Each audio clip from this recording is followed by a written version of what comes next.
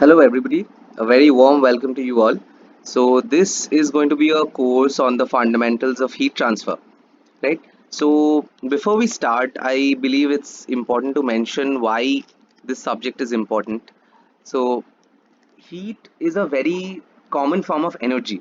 So, let's establish that first of all, that heat is nothing but a form of energy, right? So we need to understand, and because heat is such a common form of energy, we need to understand the mechanism of interaction of heat between different systems and different bodies, right? So before we move on further, I would like to just have a few fundamentals clarified. So energy has a unit of joules, right? And energy is defined in classical physics. Energy is defined as the capacity of a system to do work, right? So heat is nothing but a form of energy. Energy, as we know, can be found in various different forms. Heat just happens to be one of them. And this subject essentially deals with how that form of energy interacts with other bodies, other systems, and what are the laws that actually govern heat transfer.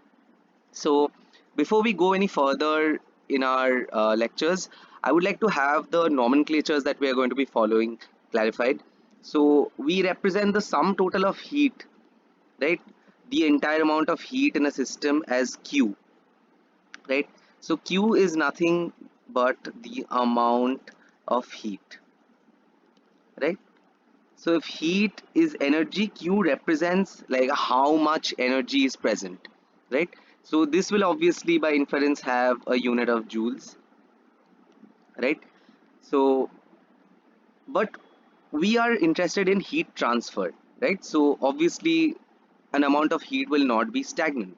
It will keep changing. It can either like you can either heat up a body. So in that case, heat is being added to that body. You can also cool a body, in which case that body is rejecting heat. So there is a change in the amount of heat in a body. So for now, let us define that change as delta Q, right? So delta Q will also be in joules, right? Because it's the amount of change in the amount of heat contained in the body, right? Now, if Q is changing, that means it is changing with respect to time. So that is what we want to know next. That what is the rate of heat transfer, right? So the heat transfer can actually be defined as del Q itself. So this is the heat transfer.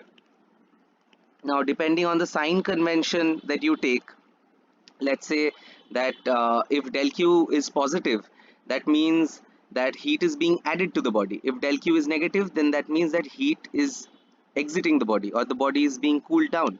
So the rate of heat transfer is expressed as Q dot, right? Which is nothing but the rate of heat transfer, which means that the amount of heat transfer over the amount of time over which that change in heat took place, right? So the single dot essentially stands for a single derivative with respect to time, right? Now, what I can tell you is that suppose we have a small ball and suppose we have a big ball, right? Now, both of them are losing heat to the surroundings. Now, it's it's common sense that this has, let's say this is q1 and let's say this is q2. Now it's common sense that q1 is much more than q2, given that these two bodies are at the same temperature, right? So so the heat rate of heat transfer, q1 dot will be greater than q2 dot. But what if they are actually losing energy per unit area at the same rate? I hope you can grab the intuition of it, right? So something which has a bigger surface area will obviously have a greater rate of heat transfer rather than something small. But we can also normalize this with respect to the area of the bodies, right? So this is what we call the heat flux, right? So this is nothing. The single dot represents a single derivative with respect to time. The two dashes show us that it is being differentiated twice with respect to space, right? So The rate of heat transfer, the rate of heat transfer is given by how many joules of heat are being transferred over how much time. So time is expressed in seconds. So joules per seconds is also known as watts, right? And the heat flux is nothing but the rate of heat transfer divided by the total area that is responsible for that amount of heat transfer. So we have a unit of watts per meter square. So with the basic nomenclature cleared out, I believe we are well equipped to handle the basics of heat transfer, which we shall dive into in our next video. Thank you so much for watching.